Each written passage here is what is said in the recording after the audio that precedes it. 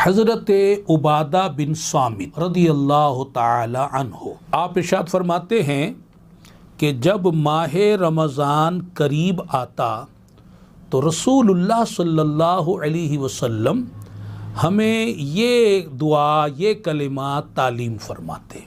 آئیے ہم بھی اس کو پڑھ لیتے ہیں. الصلاۃ والسلام علیک یا سیدی یا رسول اللہ، اللہم سلمنی لرمضان وسلم رمضان لی وسلمہ لی متقبلا وعلی آلک واصحابک یا سیدی یا نور اللہ. اس کا ترجمہ اپنے ذہن میں رکھیں کہ اے اللہ مجھے رمضان کے لیے سلامتی عطا فرما.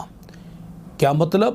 کہ ماہ رمضان آ رہا ہے، اس میں اپنی عبادت کرنے کے لیے، اپنے ذکر و اذکار کرنے کے لیے، تلاوت قرآن پاک کرنے کے لیے، روزہ رکھنے کے لیے، تراویح ادا کرنے کے لیے مجھے سلامتی عطا فرما، صحت عطا فرما، عافیت عطا فرما، آسانی عطا فرما.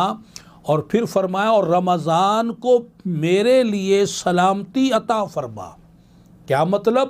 کہ یہ میرے لیے رحمت کا مہینہ بن کر آئے، یہ میرے لیے برکت کا مہینہ بن کر آئے، یہ میرے لیے بخشش و مغفرت کا مہینہ بن کر آئے. اور فرمایا کہ اس آنے والے ماہ رمضان کو میرے لیے سلامتی والا بنا. آمین بجاہ خاتم النبیین صلی اللہ تعالی علیہ وآلہ وسلم.